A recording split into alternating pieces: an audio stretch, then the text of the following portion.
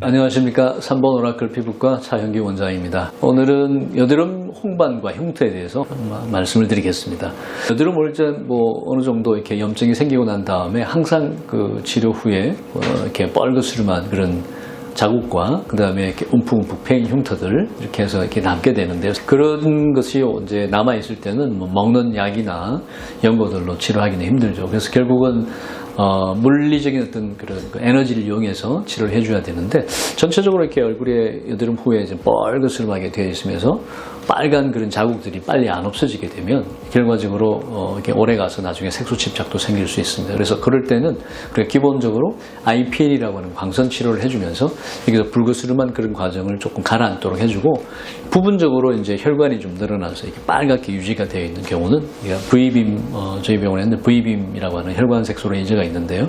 이걸 쏴서 치료를 해주시면 이 붉으스름 색깔이 가라앉습니다. 근데 문제는 V빔 할 때마다 조금 약간은 그 부위에 뻘겋으름해지거나 멍이 살짝 들 수 있는데, 그건 한 일주일 정도면 가라앉고 그게 없어지면서 나중에는 이제 색깔이 가라앉게 되는 과정을 취하게 됩니다. 또한 흉터가 있는 경우에는 과거에 이제 프락셀을 많이 했었는데요.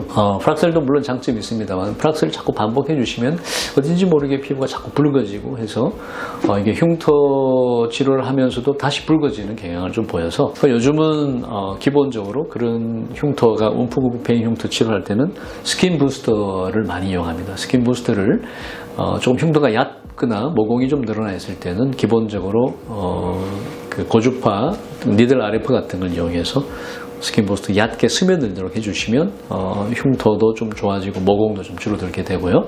조금 깊은 흉터, 이게 약간 좀 패여있는 아이스픽스카나 움푹 패인 그런 롤링스카 같은 경우는 우리가 큐어젯이라고 하는 에어젯을 이용해서 스킨 부스터를 직접 그 흉터 있는 부위 밑바닥에 바탕에다가 집어넣어 주시면 그 밑에서 한 3, 4주 지나면서 콜라겐 리모델링이 되면서 피부가 이렇게 솟아올라오는 그런 경향을 띠게 됩니다. 그리고 넓어진 모공들도 줄어들 수 있고요. 그래서 얕은 흉터는 이제 스킨 부스트를 이용하면서 고주파 니들 RF 같은 것을 이용하고, 깊은 흉터일 때는 큐어젯 같은 것을 이용해서 같이 해주시고, 그럴 때에 이제 조금 에너지를 조금 낮춰서 우리가 알고 있는 피코 레이저를 프락셀 개념으로 같이 해주시면 피코 모공 프락셀이라고 하는데, 그걸 이용해 주시면 모공 피부 밑에 어떤 에너지가 전달돼서 콜라겐이 다시 리모델링이 되는 그런 결과를 같이 몰아서 스킨 부스터와 피코 프락셀 같이 해주시면 흉터가 훨씬 더 좋아질 수 있는